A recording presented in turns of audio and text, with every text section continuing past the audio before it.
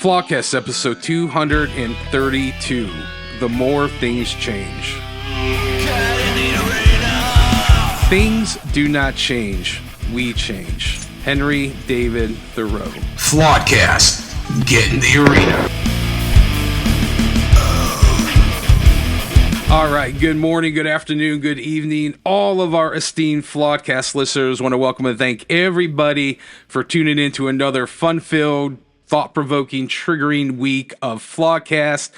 Carl is not here, but we have a special guest and former co-host, Matt. He called, he's like, hey, I got some things I want to talk about. I'm like, absolutely, you got an open door, brother. So, Matt, thank you for coming back and joining us. Thanks for having me, Bill. My pleasure. Great to return. My pleasure. You are always welcome. And I always think of you in our first episode where we talked about the gray men and the interdimensional entities and how that was such a controversial topic at the time. But it just seems like we've gone so far past that, the minutia or the controversy of what that was, and now we got all this other stuff. But I'm so glad you're here.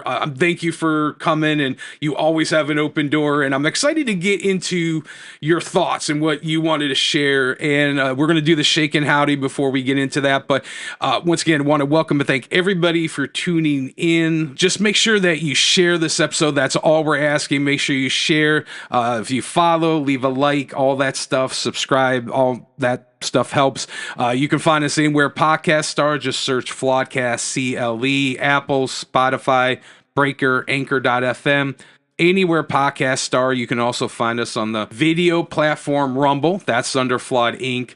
We are also on the Project Mockingbird social media, Facebook, X, Instagram, Getter, Gab, Parler, and we are now on Threads. That's all under Flawed Inc. Matt's looking at me like, God, how can you remember all that? Programmed. In the description below, there's a link to get a copy of my book, Smith's Heart of Man, a Repair Manual, and our email is flawedinccle@gmail.com. Questions, comments, or concerns, send them there, and I'll put them in file 13. But that being said, Matt, my friend, the floor is yours. Let's just get into this. Yeah, man. So I was thinking the other night, which is always a dangerous proposition, and at the Whiskey Myers concert. Yeah, at the end of the concert, after the cervezas kicked in a little more than I thought they did, but well worth the time. That happens. Yeah, so I had these different things going on in my life, professionally, personally, and maybe even spiritually, that I thought, it just seems like you look back in time, and what was going on back in time is still going on now.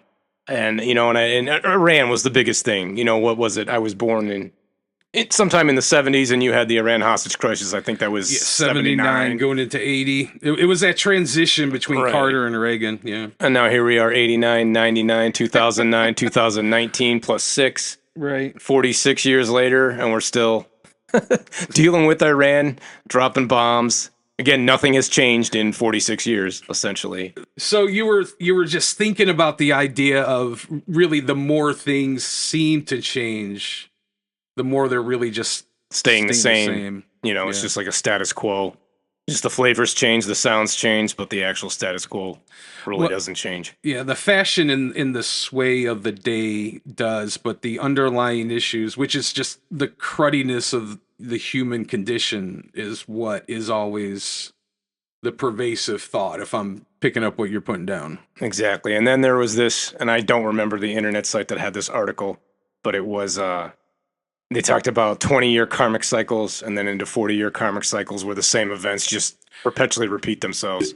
And I thought that was pretty interesting, since we're right around a 40-year mark with Iran specifically. And then you had like Iran in the 80s. I was thinking back to the Future to think of a movie. And you had, of course, what was the theme in that movie? Iranian terrorists driving around in a van at a mall in the 80s, and people paranoid about that. Right. And the then sleeper cells. The sleeper cells. And now here we are today with the media pumped with sleeper cells again. I don't know if they're going to be hanging out at malls. They might have moved on to something else. I don't think people go to malls anymore. That's what I hear. I think that's an interesting point. What are there some other things that you've kind of been revealed to, or that you've thought of, that obviously Iran is a thing. I know that there's this idea of fatigue. Like people get fatigued when certain groups just piss and moan too much. It's like I got this fatigue, or like Mark Dice is a guy I listen to pretty regularly, and he was talking about Israel fatigue, and like where it's just like, okay, just enough, just suck it up, Are there any other things that you're noticing that you talk about these cycles? Because I do think, and I do believe things do go in cycles, 40-year cycles, 400-year cycles, 4,000-year cycles, and history certainly isn't linear like I think most people like to think. It is circular. Absolutely. Then you get 3,600-year cycles, 7,200-year cycles, cycles within cycles. But no, fatigue I think is a good thing you mentioned too, because it's like the propaganda fatigue. Like we go back to the 80s with the sleeper cells, and then the 90s it was the militias, right? Ruby Ridge, all that pumping the militias, and then now here we are again, right now with the media pump again, and that's like I don't have time to.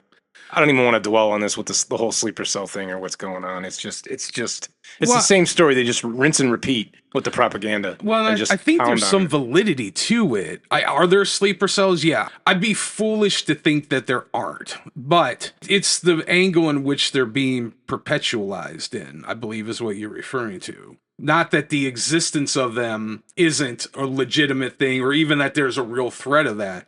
It's the recycling or the rehashing or the retreading of these fear-based the boogeyman. Yes, they exist, but are they active, or are they literally asleep? Is the cell asleep? Yes, of course they exist. They're monitored heavily, surveyed. They know all of their movements. So are they a threat? I guess they are until they're they a convenient aren't. They're one. not until they are. They're I guess. a convenient threat. Right. Well, and even, you can't tell me that September 11th, like these 19 Middle Eastern dudes just came in and all of a sudden were given clearance to these flight schools and given entrance into everything that they needed to have entrance into, when, wasn't like provided, or there wasn't some kind of agenda that was used to perpetuate that. I just don't. I feel like, especially with things in the Middle East, there's the notion of the boogeyman, like you're saying, or even, for so long, the idea of Russia. Like, you and I are about the same age growing up. It's like the Cold War was plastered everywhere. And the funny thing is, my wife and I just watched Red Dawn she it was the first time she's ever seen it. And growing up, like, I must have watched that movie every day. Absolutely. And it was such an and you're smiling, so I'm sure for you can relate. It's such an ingrained thing. Like the Russians are going to attack, and I'm going to have to figure out a way to survive in the woods. Exactly. It's just another movie example. And then again, here we are. You're right. With just even the movies with Russia, Red Dawn to the present day, and then even with even some of the heavy metal, Megadeth, Metallica had some that's some Cold War themes buried into that music. Mm-hmm. The interesting thing, as you've been thinking about this, I've been thinking about the idea of bread and circus. And the idea of bread and circus is a notion that during Rome's popularity, they would give the citizens bread, they would feed them, give them wine, make them drunk, get them full on things. And then the circus is the entertainment, it's the diversion of the politics of the day, that they were able to carry out these like really heinous things, these really atrocious things, that the people were just drunk and lulled into ignorance. And I think there's a lot to be said about that even now still. Right. I think it's beyond the bread and the circus. People are like, back to the fatigue. They're just mentally beat down with the social media and just scanning the phone every 2 seconds, worrying about sleeper cells, how many steps they took, how many hours of sleep they had. Right. When's their next coffee? When's America going to run on Duncan with the next coffee? And people are just, I think they're at their last rope with this mental, and I don't even think you need as much bread in the circus. The phone has just got people so anxiety ridden.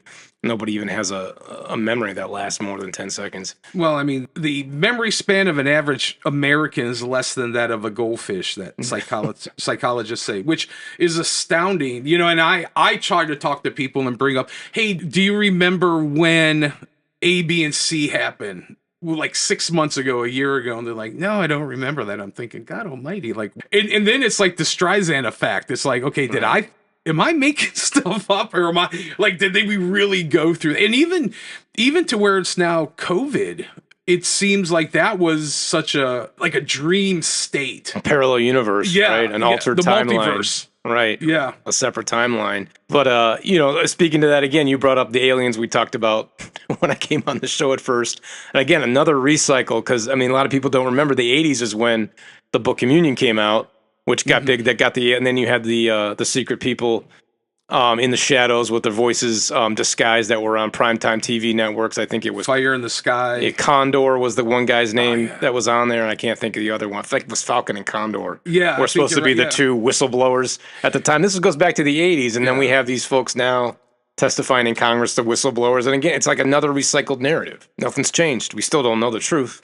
Well, so let's ask. So in this rehashing, this recycling, whatever you want to call it, why do you think that is? And then a follow-up question would be, what do we need to do to not fall into that syndrome? I said to somebody the other day, I feel like Benjamin Netanyahu is like the little brother who keeps picking fights with all the bullies in the schoolyard, and America is the bigger brother that has to come around and cash the check that the little brother is writing. And I'm just like, man, nobody remember how this guy in 2020 completely used the entire country as guinea pigs with the COVID vaccine? Does nobody know that this guy, the only reason he's trying to push for a war, he's trying to do what he can to escalate things, is because he gets to stay in power, because he only has like 5-6 months that he can still legally be in that position unless there is a conflict. And it even goes back to the October 7th attack, which I have a hard time believing Mossad, the most sophisticated, the best intelligence agency in the world,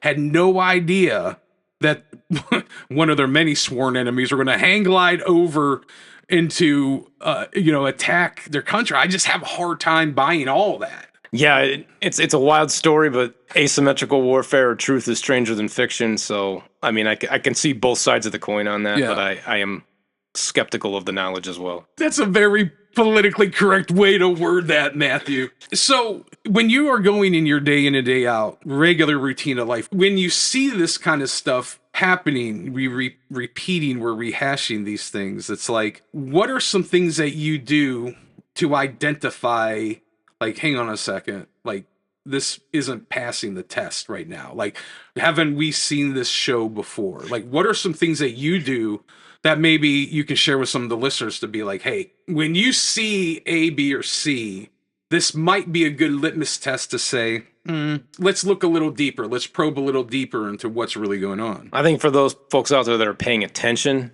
and then they start to notice something like that, I think it's almost a time to say, hey, there's a second chance for you at this. You know, you got something coming around a second time. You didn't get the message the first time. Now's that you've got closer eyes, you're wiser. Chance to look closely to make a course correct on a personal level. And then, so if that is the message, what are some things that you think we can do in that scenario to improve? Tune the noise out and then just be still, quiet, and listen for further guidance. And the guidance you're going to get is either going to be a message for you personally, or it's going to be your own conscious talking to you, but just giving it time to speak. Okay. To like reawaken itself, since it's been drowned out by all the noise around us, the constant bombardment massively since I think it all started in 2016. This is the massive bombardment of noise. I mean, we could argue that it goes back further, but I think it's crescendo that was like a picking up of the pace, and it's only quickened since, and we had a bit of a lull, and now we're full on steroids again the last several months.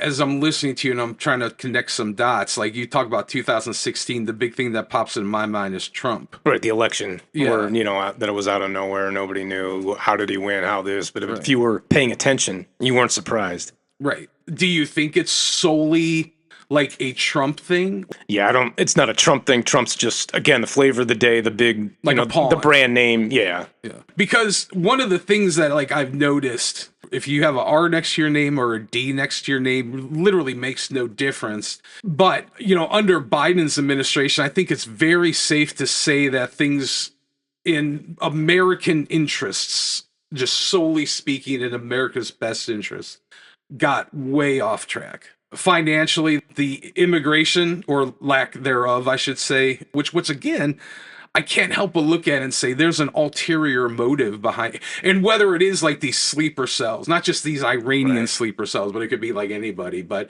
there's just a lot of things like looking at the previous 4 years and with Biden, and now seeing like with Trump, you got all the Doge stuff that was exposing a lot of this governmental waste. And now I don't know what Pam Bondi and Kash Patel and Bongino are doing with all this Epstein client list, but it's like even that stuff is kind of like recycled, because even when I listen to those guys speak, I just think of Michael Jackson and I think of all these kids, and then you throw Diddy into the mix, which is really what brings Michael Jackson into it. It's like, okay, well, what's really going on? There is something going on, but what is really going on? And it's just bizarre because the folks that were paying attention in the 80s, this stuff was there under the surface, and then the names are the same too. You just mentioned Michael Jackson. Well, also Trump was around in the 80s in those circles, spoke up, and people spoke about this stuff back then, but it just doesn't get the publicity and the play that it can today with all the, all the media outlets. Again, none of this is new, and you heard echoes of it, I would say, for a long time, but now it's really out there. And I think you mentioned with the R and the D, and of course I think to that stupid movie Civil War, which I think was a terrible movie, but of course the one scene everybody likes is, well, what kind of American are you? I think that's where we're at. What kind of American are you? Are you left? Are you left? Are you right? Are you middle right? Are you middle left? Are you left? Or, where the heck are you? Are you centered? Are you just left of center, just right of center, right down the center? What kind of American are you? South American, Central American, North American? Well, all these things are divisionary tactics. I actually think Civil War was a horrible movie, but I think it was predictive programming. And I do think that a lot of the stuff that we see then, because I can't help but look at where we're at. And I would just look at this No Kings thing, and it just echoed George Floyd to me. But it's like, to me, it's like, oh, we're just rehashing the same news cycle from 4 years previously. Absolutely. The Black Lives Matter, They couldn't come up with a new playbook, so we're just going to recycle the old playbook. Well, and that's where I think the thing with the Civil War was so foretelling, because it's the idea that we aren't going to militarily, region to region in America, fight with one another. There has to be some kind of made up, some kind of propagated event that makes me not like you because you look at the world this way. In reality, I just feel like, the scriptures say in John 10:10 that the thief comes to steal, kill, and destroy. And I just look at it as like, that's all that is. Yeah, you just mentioned the Civil War, 1865, and I talked about the 20-year cycle, the 40-year cycle, which, then you add 40 more years to the 80-year cycle. And then you just mentioned mass, so 1865 and 80 were at the atomic bomb in 45. 45 and 80 were right now, not 2025. And we just had some bombs dropped on a nuclear reactor. So again, those are pretty big events, a Civil War, World War II, and whatever develops after last Friday night's drops. Let me ask you this. I know that you have knowledge of different governmental entities and different governmental processes than I do. Overall, where we are at as America, as a country, and I'm not talking about partisanism. I just mean overall, are we doing better this year than we were last year? Is there any progression or anything positive in your understanding of things that you can point to? I would say it's the status quo, and I would say people are more burned out than anything across the board. Okay. Burnout. My understanding of things is we are locked into this eternal battle. Like, it's always going to be good versus evil. Jesus versus Satan, if you will. And there's always that eternal arm. We're locked arms in that. And just as I look at things, it's like, people talk about the economic recovery of this country. How is that going? Well, on a topical level, it's doing better, I think, than this year than it was last year. But when you look at things like the country is just as divided, to your point, the one thing I will say I think is definitely escalated and increased is global tensions. Iran and Russia are allies, and now China's like, yeah, we're going to ally with Iran. Oh, Pakistan's going to ally with Iran. North Korea, like all these big players that we should really be concerned about on a global level. I don't, and even to your point, World War One was the war to end all wars, and then you had the League of Nations that were formed to, oh, we're never going to do this again, and then literally less than 30 years later, Hitler comes on the scene, and it's the same thing over again, and then you create the UN 2.5 years after that, and NATO, and now it's like the whole Ukrainian boondoggle over the last 3 or 4 years. And I just look at it, it's like, this is just repeating, like you're saying, but it's like, what do we do to break that cycle? I think it's always going to be there. And I think I think each person has a chance. If they didn't look at it from the right perspective previously, they're given a second chance to look at it differently and maybe make amends on some side of it. I think that's the same no matter what side you're on. You have the opportunity to evolve beyond it. Are you concerned about a bigger global escalation, or do you think that's also something that's just going to cycle out? I think chances are with anything that you envision the worst case scenario, it's not going to happen. You envision the best case scenario, it's not going to happen. The truth's going to lie somewhere in the middle. So, God forbid, but probably what's going to happen, you're going to have a massive terrorist attack in this country before Labor Day. Okay. And it's going to be attributed to Iranian sleeper cells, whether that's true or not. I don't know, but that's going to happen. Too many people have talked about it.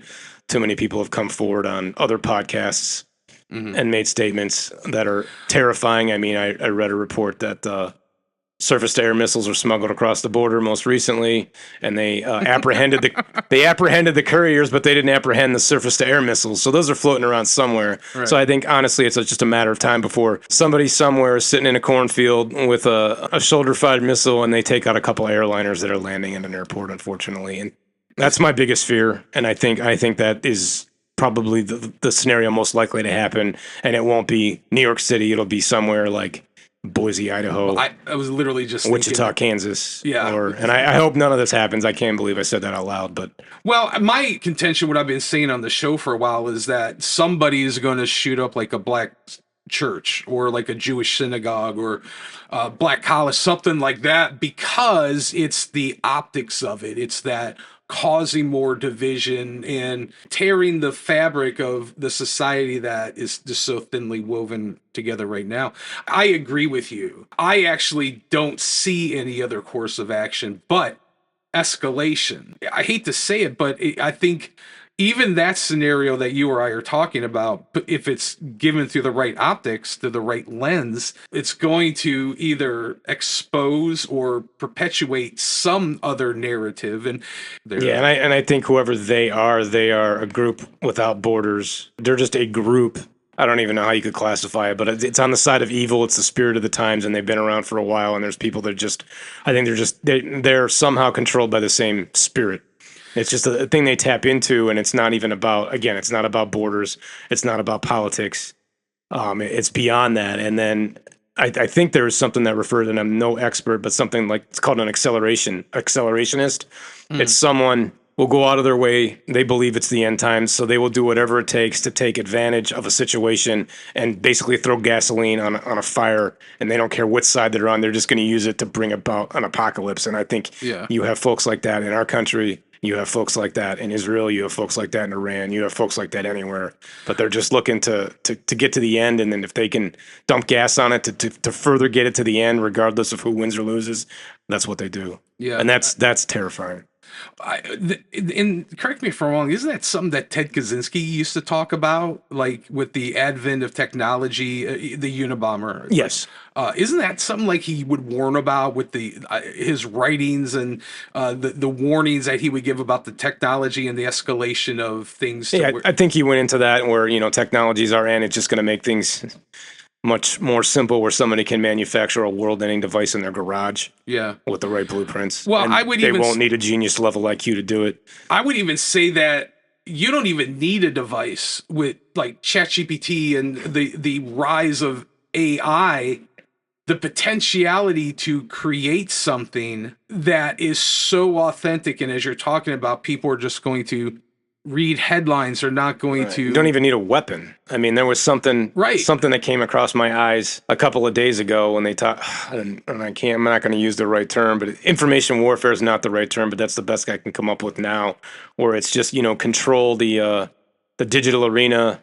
And the war it's in the digital realm. It's not, you don't need weapons. All you need is words and technology to manufacture the what's perceived online. And unfortunately today, what's perceived online is trying to be made reality. It's beyond online at this point too. It's inside your head.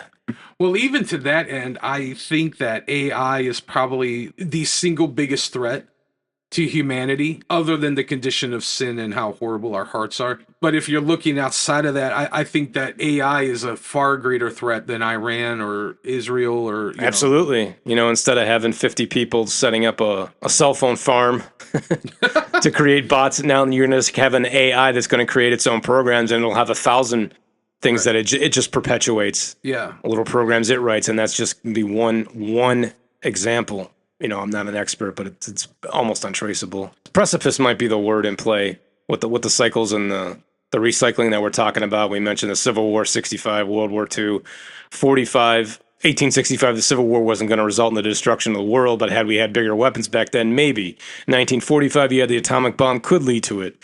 Fast forward to now, we've got bombs far beyond that now with AI. So we're probably at the precipice of the next great crisis, where it can be world ending, civilization ending. It's definitely, and by world ending, it doesn't mean the literal physical world will detonate. It could be world ending where the entire paradigm is shattered, and society will just cease to exist at its present level of conveniences that it did in the past, which would be completely earth changing.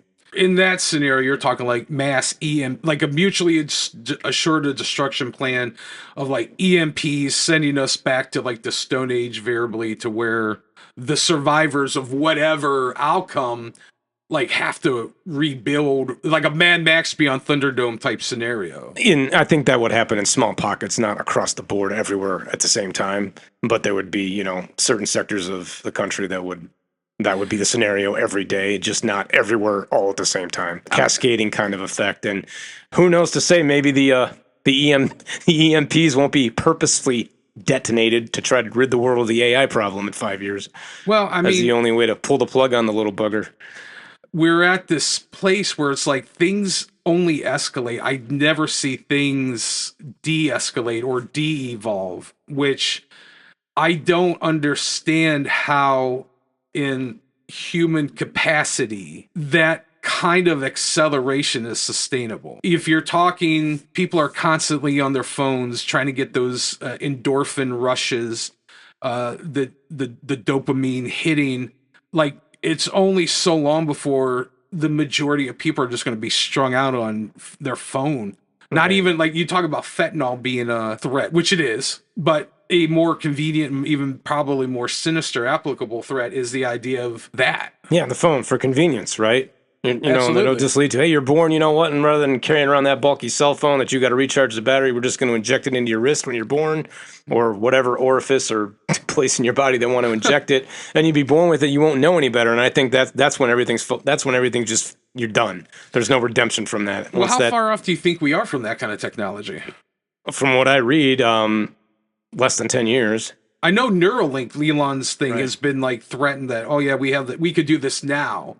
It's just the public. You'll need an event to condition the public to accept something like that. Yeah, but it's totally on the table. I think it's doable now.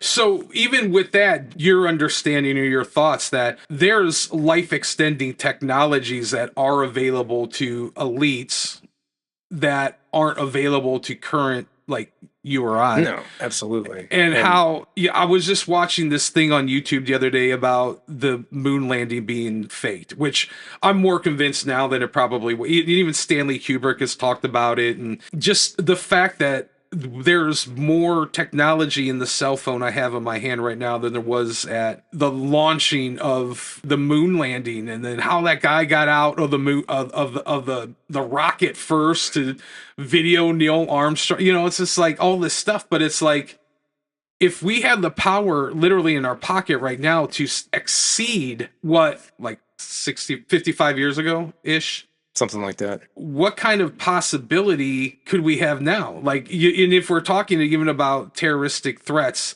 like, can somebody control a fleet of drones that could do some damage just from their cell phone? Is, things like that. Right. They just have AI control the drones. They won't even need the cell phone. Well, yeah. See, I don't know. Yeah, that would be. I mean, you've seen the things. It sounds ridiculous, but they've had the depictions. You have the mothership, maybe the size of the Goodyear blimps, just full of 250 drones, and then you use AI, just opens the blimp up, and the drones come out and do whatever the drones are going to do. I mean, that's the future of warfare, according to the experts that write the books. Well, wasn't it Albert Einstein that said World War III may be fought with atomic bombs, but World War IV be fought with sticks and stones? Yeah. And I think that's what you're alluding to with your comment earlier. If things keep progressing, we'll be at the time we were, the exact time probably before the flood. Somebody outside the realm that we're in had to step in and flood everything so we wouldn't be eternally damned. And I think that's what the AI can do, because if it gets in and you're merged with that and you're, for lack of a better word, trapped inside it, I think you're stuck there and there's no redemption because you're part of that system, whether you did it willingly or not. And I think before something like that probably happened, the flood is what derailed it. Bringing that around to this Antichrist governmental system, how the potentiality and probably the reality that AI and all these devices of mass media are part of the deployment of the weaponry of this governmental system. Like, it's all right at our fingertips. So when you talk about that spiritual reset that happened during Noah's days, what we can take apart and what we can understand from the scripture is that there's not going to be a reset like a flood. It's going to be hell literally unleashed on earth. So your estimation is that is being set up, that's probably the most probable scenario with yes, it's definitely the most probable scenario. Yeah. If you're Muslims, you want the Mahdi to come. If you're Jewish, you still believe the Messiah is yet to come. If you're Christian, you think the rapture is going to happen. Whatever your worldview per se is, there's this idea that people are waiting for this spiritual thing, and you can even see there is a great interest in spiritual truth in our society, in our world. But my thought is, and I'd love to hear your thought, is that unless it's truly that rested and founded on the hope of Christ, everything else is a counterfeit. But it's also, are things being secularly done but escalated to lead us to that point? Yeah, I think it's just part of the human condition. That's just where it ultimately, with enough time that passes, that's just automatically where it leads. Yeah. And I don't know, there's nothing you can do to. Well, I don't think there's anything we could do to stop it. But what do you think that we can start to do now on a spiritual level, on a practical level, to protect ourselves, protect our family, warn other people, and really kind of guard as best as we can against this? You just got to take stock of yourself, those around you, and get quiet. Try to build a spiritual relationship, get into if you don't pray, get into a prayer routine. And then once a day is better than not at all. Right. Once a week's better than not at all. Whatever you can do, find time to quiet your mind, get in that direct relationship with God, and you got to repent. That's the first thing you got to do. Before you do anything else, is you got to repent. And then God's going to open up your eyes, and then you're going to learn things about yourself that you didn't think were true, and you're not going to like it. And it's a very difficult process, and you got to come to terms with that. But I would say, get on your knees and repent. That's a start. Yeah, that's powerful.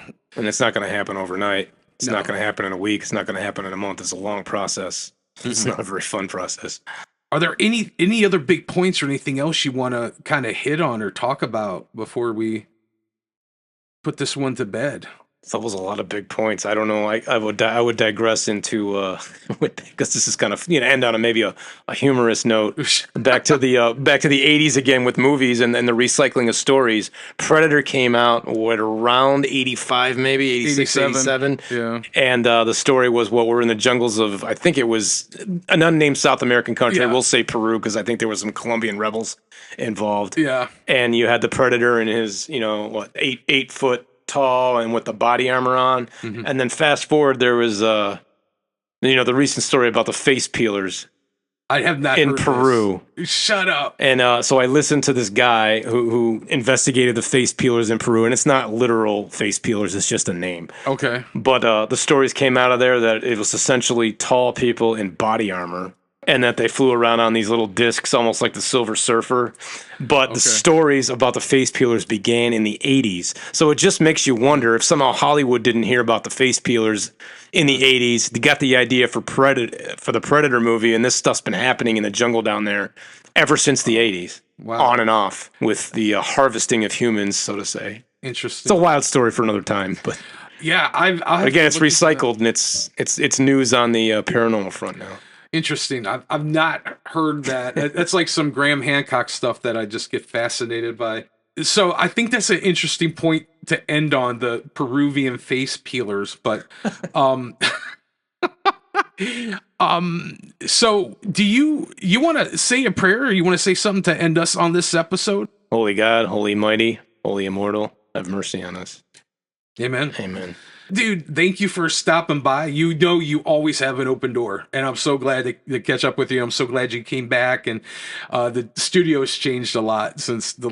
Yeah, it's a little different. Yeah, it's my wife got all this stuff for me, so it's not like we're sharing mics and in this little room. But man, I just appreciate you so much, and you guys appreciate Matt. Come and let us know. We'll try to get him back more often. And I think the Peruvian face peelers, we're going to have to definitely get into and talk about those kind of things. You're one of the only people I know I can like have a serious conversation. Like, this stuff is legit and there's something to it. I don't know what it is. Right. There's something to it. But just appreciate everybody for listening. We're just going to sign off. We're going to say thank you. Make sure you share. Make sure you follow. You subscribe. Leave comments. All that stuff helps. You can find us anywhere podcasts are. Just search Flawedcast CLE. We're on Apple, Spotify, Breaker, Anchor.fm. We're also on the video platform Rumble. Just search Flawed Inc. You can find us on the Project Mockingbird social media, Facebook, X, Instagram, Getter, Gab, Parler, and we are now on Threads. All that is under Flawed Inc.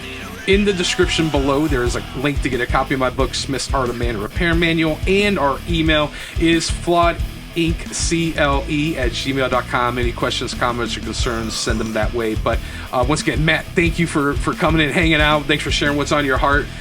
We will see you guys next week.